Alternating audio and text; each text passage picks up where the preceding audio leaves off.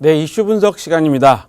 오늘은 암호화폐 거래소 법인세 감면 제외라는 그 이슈를 먼저 올렸는데요.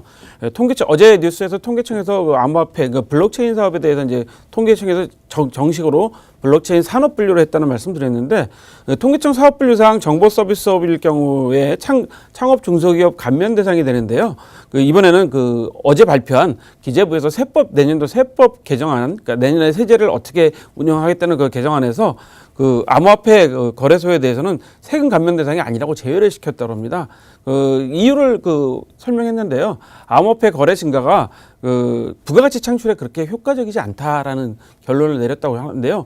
재미있는 것은 아직 국무조정실 TF에서는 결론을 내리지 못했습니다. 그런데 기재부에서는 그 법인에 대해서 거래하는 그 세금에 대해 감면은 앞으로 내년은 없다라고 했고요. 개인에 대한 과세는 아직 결정이 안 났다고 하는데요. 어제 기재부 발표 중에 무슨 얘기가 나왔냐면 아직 정확한 통계는 없지만 세금 감면 받은 건 없다고 파악하고 있다라는 이야기를 했고요. 개인 수익에 관한 과세는 아직 미정이다. 그러니까 아직 국무조정실 TF에서 결론을 내리지 않았기 때문에 미정이다. 그럼에도 불구하고 거래소에 대한 법인세 감면, 이것이 이제 창업 중소기업 감면 대상으로 취득세, 소득세, 법인세를 감면해 주는데 이런 거에 대해서는 내년에는 없다라고 이제 결론을 미리 내려버린 거죠. 그러니까 기재부에서 이미 결론을 법인에 대한 결론을 내린 겁니다. 그래서 다만 우리가 눈여겨봐야 될 게 블록체인 기술 연구 기업에는 기술 연구비를 세액 공제 대상에 포함시켜 줬습니다. 그러니까 블록체인 기술에 들어가는 연구비에 대해서는 세액 공제 대상에 들어간다.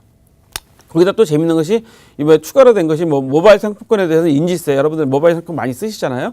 모바일 상품권에 대해서도 종이 상품권처럼 인지세를 이제 부과하겠다고 했고요. 컴퓨터 컴퓨팅에 대해서도 이제 세금을 더 부과하겠다는 이야기를 했다고 합니다. 자, 그럼 정리를 해서 이 이슈를 살펴보면요. 거래소에서 거래되는 것은 암호화폐가 거래되는 것은 결국 부가가치 창출이 그렇게 높지 않다, 없다라고 이미 기재부에서 결론을 내린 거죠. 그러면 결론적으로 국무조정실 TF에서 어떤 결론을 내릴지 모르겠지만 암호화폐가 거래되는 거에 대해서는 그렇게 국가적인 부가가치가 높지 않다고 결론을 내릴 가능성도 있다는 점을 우리 투자자들이나 공부하시는 분들은 좀 관심 있게 좀 보셔야 될 점 같습니다. 다만 개인에 대한 건 아직 결정하지 않았기 때문에 개인에 대한 것도 어떤 결정사항이 될지 대략 저희가 유추할 수 있는 것 같습니다. 두 번째 이슈는요. ICO 사기 피해 최소화라는 이슈로 제목을 선정했습니다. 암호화폐 전문 리서치 센터들이 속속 등장하고 있습니다. 저희가 어디라고 이 시간에는 개별적으로 말씀드리지 않습니다. 왜? 지난주에 말씀드렸죠. 노바그로치가 우리나라에 방문했을 때 네 가지 암호화폐 투자 원칙을 말씀드렸잖아요. 암호화폐 중심에 있어야 된다. 그다음에 블록체인의 중심에 있어야 된다. 그다음에 공부해야 된다고 했습니다. 그러니까 여러분들도 이걸 한번 찾아보셔야 될 것 같고요. 특정 리서치 센터를 홍보해주는 시간이 아니기 때문에 더 그렇습니다. 그래서 정부가 현재 규제를 아직 시작하지 않고 있기 때문에 ICO에 대해서는 피해가 많이 일어나고 있죠. 얼마 전에 보물선 사고도 아직까지 사고는 아니겠지만 여러 가지 이슈가 많이 되고 있기 때문에 피해가 예상되는데 업계에서는 알아보니까 금융권에서 5년 이상 경력 있는 애널리스트들을 모집하고 있고요. 이런 리서치 센터에서는 암호화폐 시장 분석하고 가격 동향, 거래량 데이터 이런 것들도 하고 한다고 해요. 그래서 거래소에 대해서도 보고서 발표하고 기준도 적용하는 정보를 제공한다고 하니까 여러분들이 노버그로치가 이야기했듯이 공부하셔야지 블록체인이나 암호화폐에 대해서 수익을 얻으실 수 있습니다. 따라서 공부하는 자세로 좀 한번 찾아보시면 좋을 것 같아서 이슈로 선정했습니다. 자, 세 번째 이슈는요. 연봉을 암호화폐로 지급이라는 이슈입니다. 영국 가디언지 보도에 따르자면 지중해 지브롤트 유나이티드 FC라는 축구팀에서는요. 내년부터 선수들 연봉을 암호화폐로 지급하겠다고 했다고 합니다. 그러니까 지브롤트 자체가 이제 앞으로 이런 중심지가 돼야 될 거기 때문에 암호화폐로 지급하겠다고 했는데 이 구단은 1943년에 창단했다고 하는데요.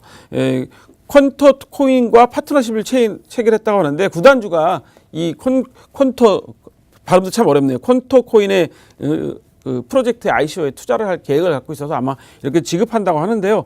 선수들이 어떻게 받아들일지 잘 모르겠습니다. 이제 암호화폐로 연봉을 받게 되면 이걸 어떻게 뭐 자기 생활에 어떻게 쓸지 잘 모르겠지만 이미 1월 달에 터키 아마추어 팀에서는 그 연봉의 절반을 비트코인으로 지급한 사례가 있습니다. 그러니까 전체를 지급하지 못했고 금년 1월에 터키 아마추어 팀도 절반만 지급했기 때문에 아마 이 그 지브롤터 유나이티드 FC도 아마 절반 정도는 연봉을 줄 것 같은데 글쎄요, 이 선수들이 어떻게 받아들일지 뭐 주목되는데 우리나라 프로야구 선수나 프로축구 선수들한테 비트코인으로 그 연봉 준다고 하면 반가워할지 잘 모르겠습니다. 그 선수들한테 물어봐야 되겠지만 점점 시대가 조금씩 변화하고 있다는 것을 알려드리기 위해서 이번 이슈로 삼아봤습니다.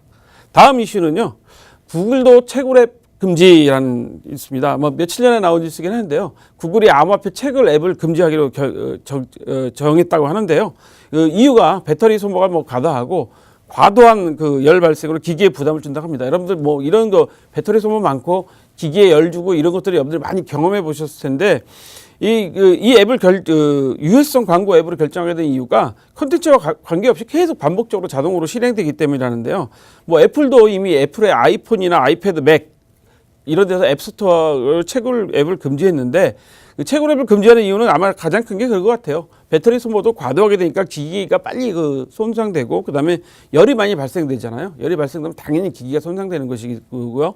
계속 그냥 이유 없이 그냥 계속 같은 것만 반복하게 되니까 정말 유해성 광고 앱으로 보게 된 거죠. 그래서 채굴 앱은 아마 여러분들이 이 핸드폰에서 쓰실 수 없을 것 같습니다. 그래서 다만 원격 채굴 앱 채굴 관리 앱은 허용하겠다는 거니까 우리가 집에서 IoT로 이렇게 보듯이 관리하는 앱은 허용하겠다고 하니까요. 여러분도 좀 눈여겨보셔야 될 것 같습니다. 자, 오늘 이슈 분석은 여기까지입니다.